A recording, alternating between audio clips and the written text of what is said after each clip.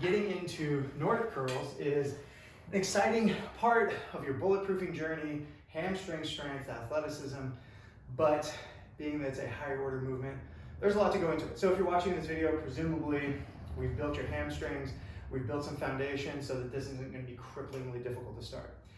Let's talk about equipment first. So I've got a Nordic Mini here. There's a variety of these out on the market. This is by Freak Athlete. There's the kind where you just have this thing kind of attached to a cage or attached to a doorway. There's a full length Nordic. They all work about the same.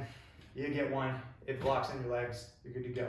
As far as knee pads go, the reason why I have a second knee pad here, this is a bit of a prototype. I just want a little more cushion. Your comfort is basically what you're going for here.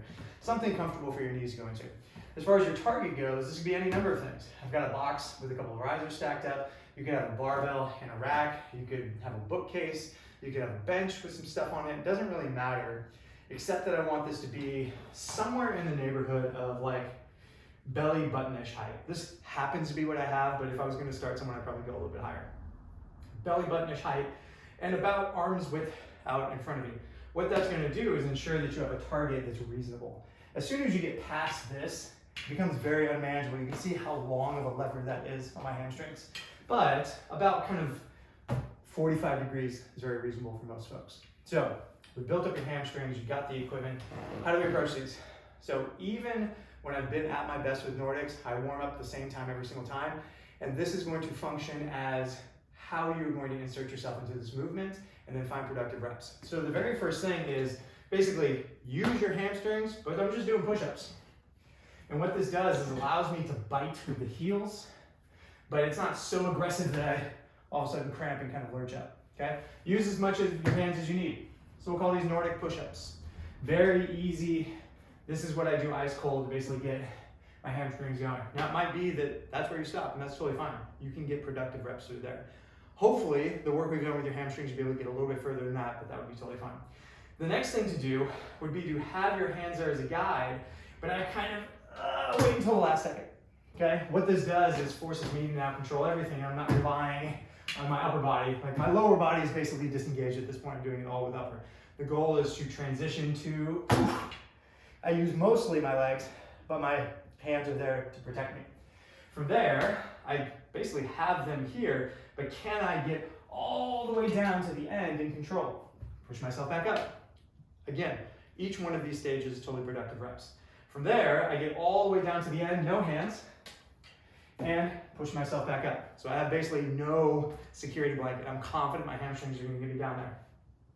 Once I'm all the way down and I'm paused down here, what I can do is, of course, use my arms, but then I can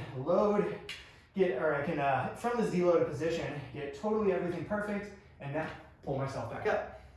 The next step of this would be to not deload and touch and go.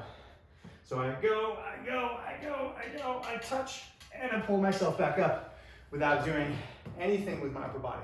Each one of these, you'll notice like, oh yeah, it gets a little bit harder on the hamstrings.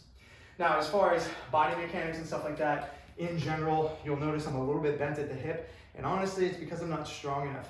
To do this with contracted glutes and tight hammies the whole way down and back up, I've seen 2 people do ever. It's very, very difficult. What I'm trying to avoid, for the most part, is just going like this. Now, there is a scaling version where this is applicable, but we have theoretically passed this point. And so what I want you to think of is trying to keep your hips as engaged as possible, but understand that they will bend a little bit. And as long as you are maintaining that on the way back up and not just hiking your hips back in, you're good to go. So in recap, you got your equipment, you got your knee pad, rising to about the belly button, starting with your push-ups, migrating down, and at this level, your goal is to get a touch and go rep clean, and then you can start moving your way down to flat. And slowly but surely, you find your way to your Nordic.